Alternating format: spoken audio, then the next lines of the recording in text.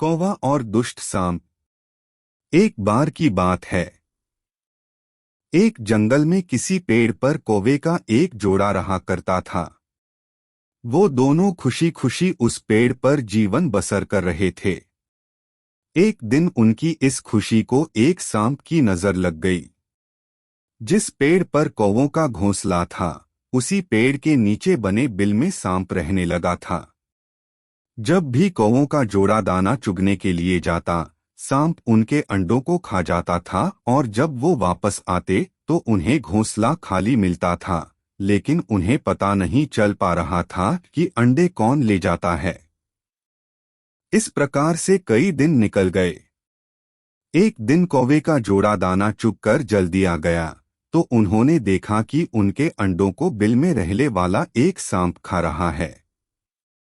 इसके बाद उन्होंने पेड़ पर किसी ऊंचे स्थान पर छुपकर अपना घोंसला बना लिया। सांप ने देखा कि कौवों का जोड़ा पहले वाले स्थान को छाड़कर चला गया है, लेकिन शाम होते ही दोनों वापस पेड़ पर आ जाते हैं।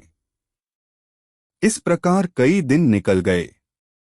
कौवा के अंडों में से बच्चे निकल आए और वो बड़े होने लगे। एक दिन सांप को उनके नए घोंसले का पता चल गया और वह कौवों के जाने का इंतजार करने लगा। जैसे कौवे घोंसला छोड़कर गए, सांप उनके घोंसले की ओर बढ़ने लगा, लेकिन किसी कारण से कौवों का जोड़ा वापस पेड़ की ओर लौटने लगा। उन्होंने दूर से ही सांप को उनके घोंसले की ओर जाता देख लिया और जल्दी से वहां पहुंचकर अपने बच्चों को पेड़ की ओट में छुपा दिया। सांप ने देखा कि घोंसला खाली है, तो वह कौवों की चाल समझ गया और वापस बिल में जाकर सही मौके का इंतजार करने लगा। इसी बीच कौवे ने सांप से पीछा छुड़ाने के लिए एक योजना बनाई। कौवा उड़कर जंगल के बाहर बने एक राज्य में चला गया। वहां एक सुंदर महल था। महल में राजकुमारी अपनी सहेलियों के साथ खेल रही थी। कौवा उसके गले में से मोतियों का हार लेकर उड़ गया। सभी ने शोर मचाया तो पहरेदार हार लेने के लिए कौवे का पीछा करने लगे।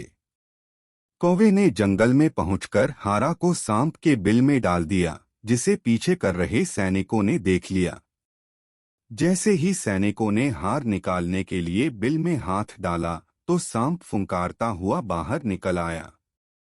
सांप को देखकर सैनिकों ने तलवार से उस पर हमला कर दिया, जिससे सांप घायल हो गया और अपनी जान बचाकर वहां से भाग गया। सांप के जाने के बाद कौवा अपने परिवार के साथ खुशी खुशी रहने लगा। कहानी से सीख। हमें इस कहानी से यह सीख मिलती है कि कभी भी निर्बल का फायदा नहीं उठाना चाहिए। साथ ही मुसीबत में समझदारी से काम लेना चाहिए।